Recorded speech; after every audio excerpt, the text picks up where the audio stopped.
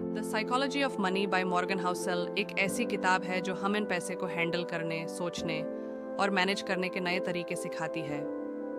ये book financial success को सिर्फ नंबर्स, स्टैटिस्टिक्स या स्ट्रैटेजीज तक लिमिट नहीं करती, बल्कि बताती है कि इमोशनल और साइकोलॉजिकल फैक्टर्स भी उतने ही इम्पॉर्टेंट होते हैं।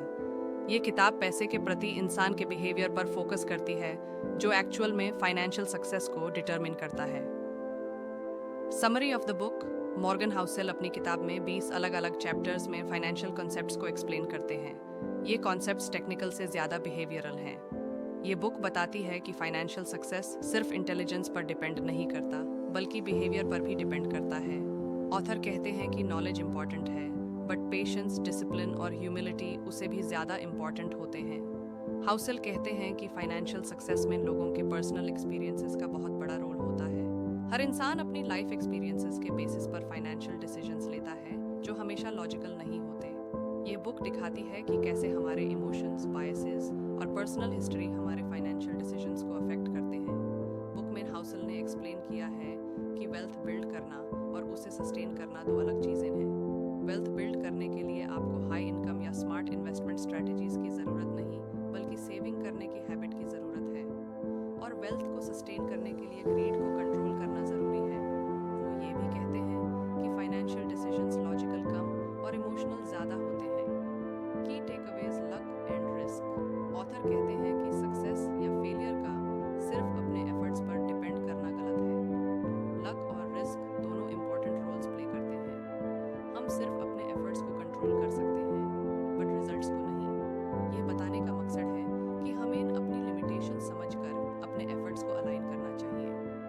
The importance of saving. Housel emphasize करते हैं कि सेविंग करना सिर्फ इनकम के बारे में नहीं होता, बल्कि हैबिट के बारे में होता है। हाई इनकम वाले लोग भी ब्रोक हो सकते हैं अगर वो सेव नहीं करते। सेविंग एक ऐसी पावर है जो हमें अनप्रेडिक्टेबल सिचुएशंस से हैंडल करने में मदद कर सकती है। ये लॉन्ग टर्म सक्सेस के लिए बहुत ज़रूरी है। Getting wealthy versus staying wealthy.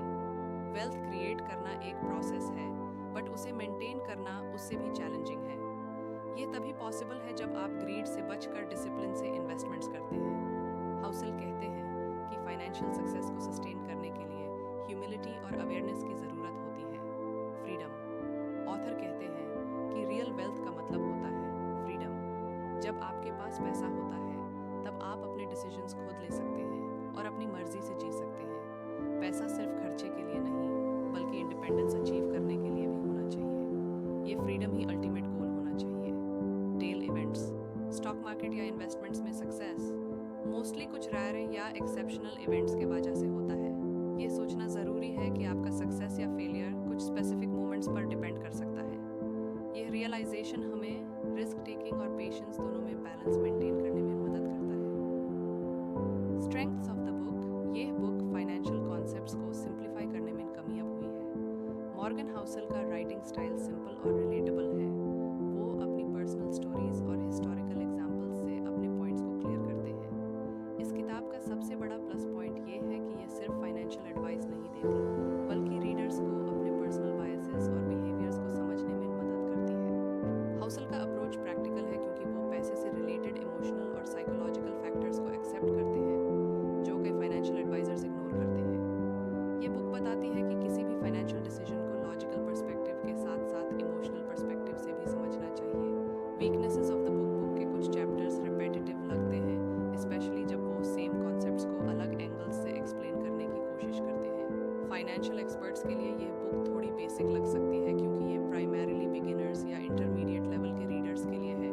कुछ लोगों को लग सकता है कि ऑथर प्रैक्टिकल टिप्स या स्ट्रैटेजीज पर उतना फोकस नहीं करते जितना कि थ्योरी पर, लेकिन अगर आप बिहेवियरल फाइनेंस में इंटरेस्टेड हैं, तो ये बुक आपको डेफिनेटली अपील करेगी।